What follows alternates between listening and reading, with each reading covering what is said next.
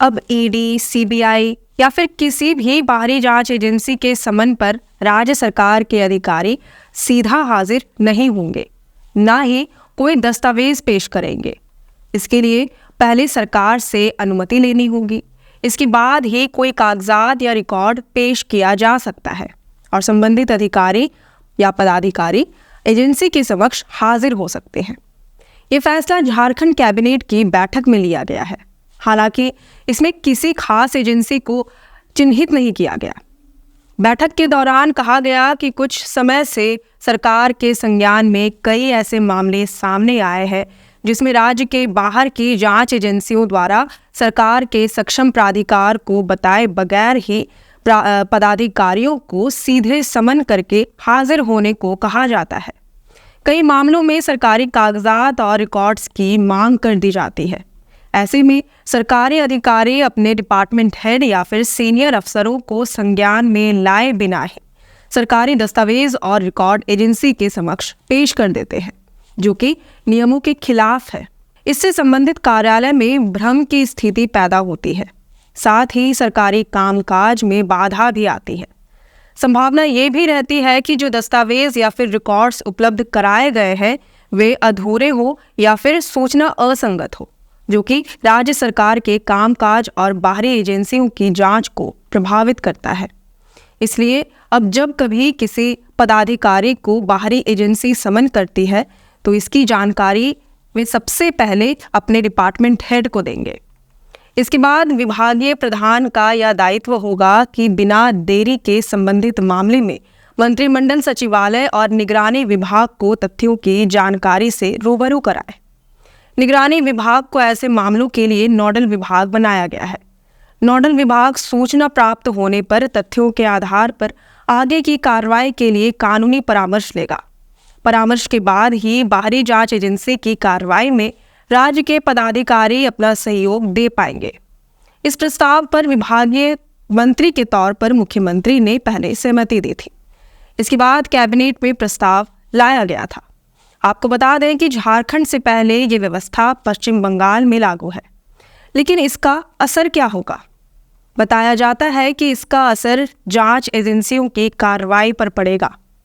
उनकी जांच प्रभावित हो सकती है, जांच में देरी हो सकती है, जिससे उन्हें बाधाओं का सामना करना पड़ेगा। और बहुत मुमकिन है कि कल यानी कि 11 जनवरी को साहिबगंज डीसी रामनिवास यादव राज्य सरकार के इस फैसले का अनुपालन करेंगे और ईडी के समक्ष हाजिर नहीं होंगे। बता दें कि ईडी की ओर से उन्हें साहिबगंज के अवैध खनन मामले में पूछताछ के लिए 11 जनवरी की तारीख दी गई थी। अवैध खनन मामले से ही संबंधित अगली खबर है। कल यानी कि 9 जनवरी को बिहार के कटोरिया विधानसभा से पूर्व विधायक राजकिशोर यादव उर्फ पप्पू यादव ईडी के समक्ष हाजिर हुए। साहिबगंज के अवैध खनन मामले में उनसे देर शाम तक पूछताछ चली। इस दौरान उनसे हेमंत सोरेन के विधायक प्रतिनिधि रहे पंकज मिश्रा से संबंधों के बारे में पूछा गया। अवैध कमाई में हिस्सेदारों की जानकारी लेनी चाही गई। इस अवैध बाजार में स्थानीय प्रशासन से मिले सहयोग के बारे में पूछा गया, लेकिन ईडी के सभी सवालात पर पप्पू यादव मौन रहे। बस इतना कहा कि अवैध खनन से उनका कोई लेना देना नहीं है। राजनीति में रहने के कारण कई नेताओं से उनके संबंध है। इसके बाद ईडी अधिकारियों ने पप्पू यादव को अपने और पूरे परिवार की संपत्ति का ब्यौरा पेश करने का निर्देश दिया।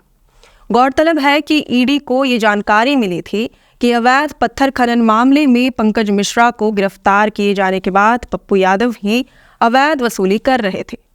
वसूली की रकम पुलिस प्रशासन के अधिकारियों में बढ़ती भी थी। इससे संबंधित ठोस सबूत ईडी को मिले हैं।